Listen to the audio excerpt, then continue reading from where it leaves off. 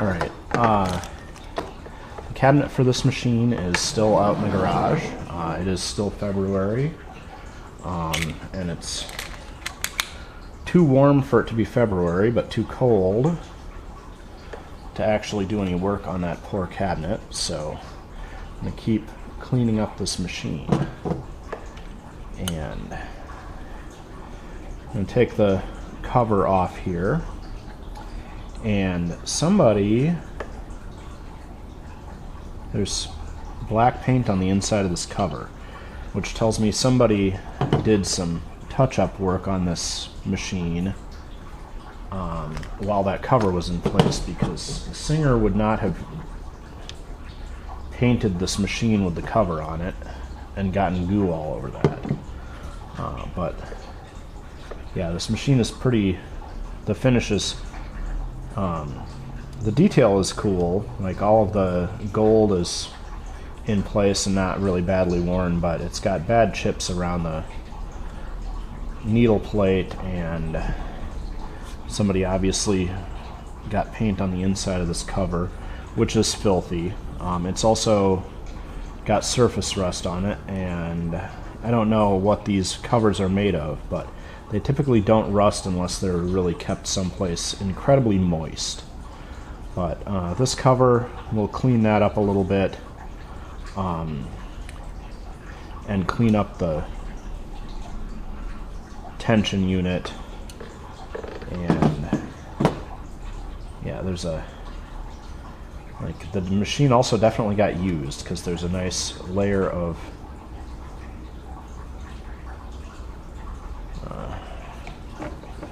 crusty lubricant in here, so, but otherwise it's in good shape. It just, needs a bit of love and some cleanup in some special spots.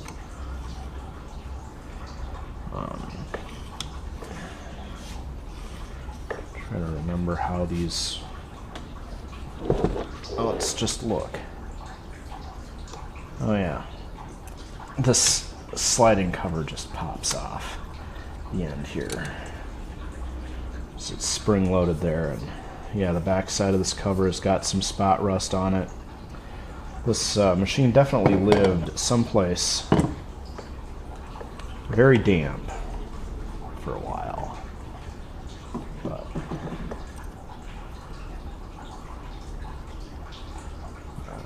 Singer made a lot of Model 15 machines, and they all have, like this one has a lot of complex spring parts holding the bobbin, or holding the hook race together here. Let's see, I think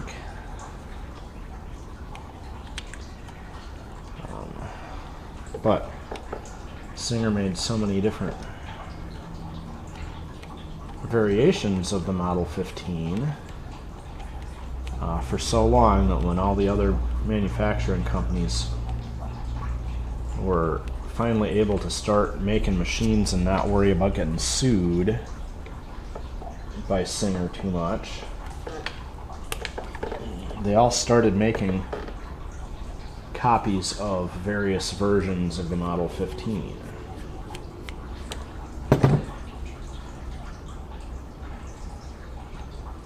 In part because they knew that people would be able to get a hold of bobbins and things. Oh, okay. Oh. And I've never taken the bottom side of one of these apart because never had super close access to one, but this one has had a lot of thread go through this hook race, and it has not been cleaned in a long time. Look at all these wads of goo coming out of here. So there's even behind this whole race assembly that came off in one piece, there was even some goo. So this machine has had a long hard life, and apparently got stored not particularly well. So these parts should all be iron, and I'm contemplating getting some evaporust. Oh yeah. Big wad of, look at all that material that came out of here. Contemplating getting some evaporust to get these pieces to clean up so that I don't have to scrub on them. But this is a much more complex hook race than modern machines. Obviously, one of the main things that you do when you're copying something is, once you've got a good copy, you figure out how to make it cheaper. And so other manufacturers were some of the early ones to simplify all this hook race into easier to manufacture and fewer parts. So, all right.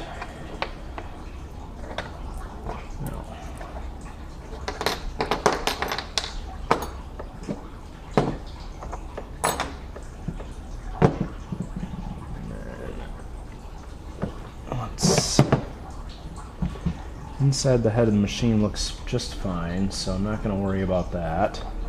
That hook race is off and ready to get cleaned.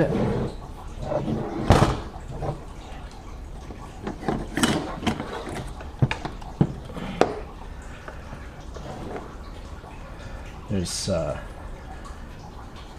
yeah, underneath the feed dogs is also packed with lint. So, and the bottom of the machine here isn't bad, but it's got some cobwebs in it. So I'll grab a brush and get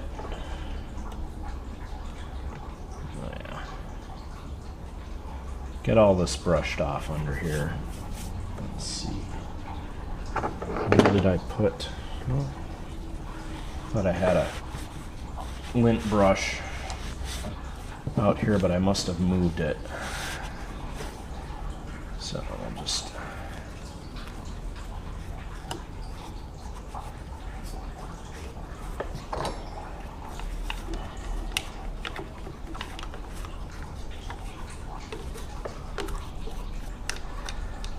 use a toothbrush instead.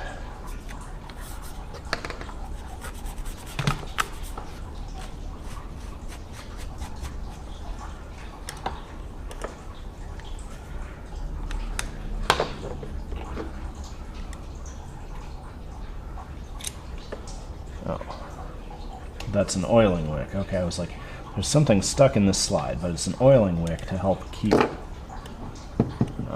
when you oil this lower lubrication point, it helps maintain supply instead of just letting it all run out the bottom of the machine. Okay. That is one good thing about Singer's. They knew the limitations of the lubrication they had available, and a lot of these old machines have a surprising number of lubrication wicks in all of the motion points.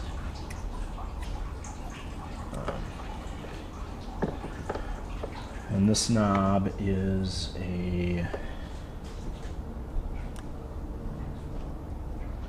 this adjusts how high the feed dogs extend up in their motion. So it's something you could adjust if you wanted to, but it's not something you'll adjust all the time.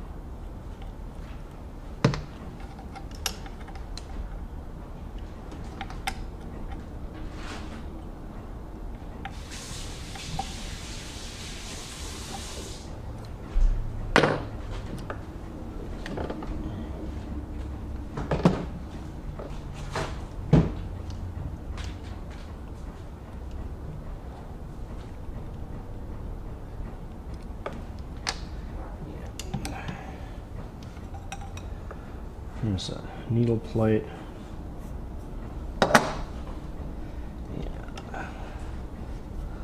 Look at the big wad of felt that was wedged under there. Yep, this poor machine was definitely not cleaned before it got put away.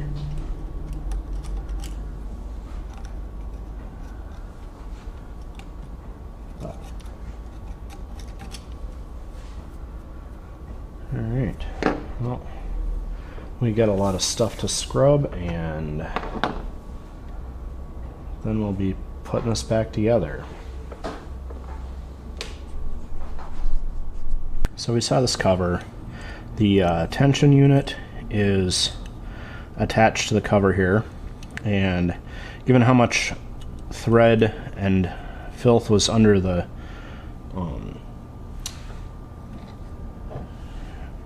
hook area and needle plate, I'm gonna take this apart and clean it. So first things first, this screw needs to come out, and that is the screw that helps set the main tension scale. So it helps this whole thing rotate. And then this screw should be the set screw. Yep. That holds the whole assembly in. So tiny set screw, adjustment set screw, and now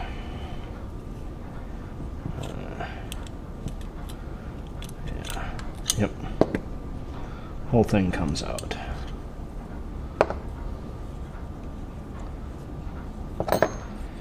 And I'll have to give all that a clean.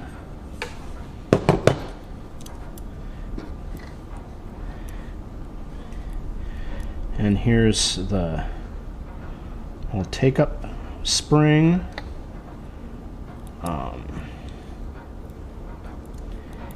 And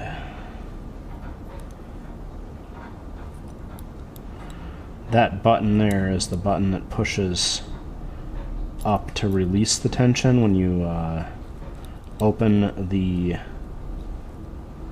or when you take the presser foot up. And then this nut here has a pin, and that pin can fit anywhere in this dial here. That turns the dial, but when you put it back together, you have to make sure and hit the pin in the right spot to set all the tension. And the spring in here is okay but filthy, so that's all good news. But between these two, these are the two plates. They look good, but they've got that surface rust, and there's not much, there's not dirty stuff in here, so that's good. Alright, well, and then with all that apart, there's the pin that just slips down in the middle there and does the release. So, alright, got that disassembled, and we will add that to the stack of things that are getting cleaned and scrubbed up before we put them back together.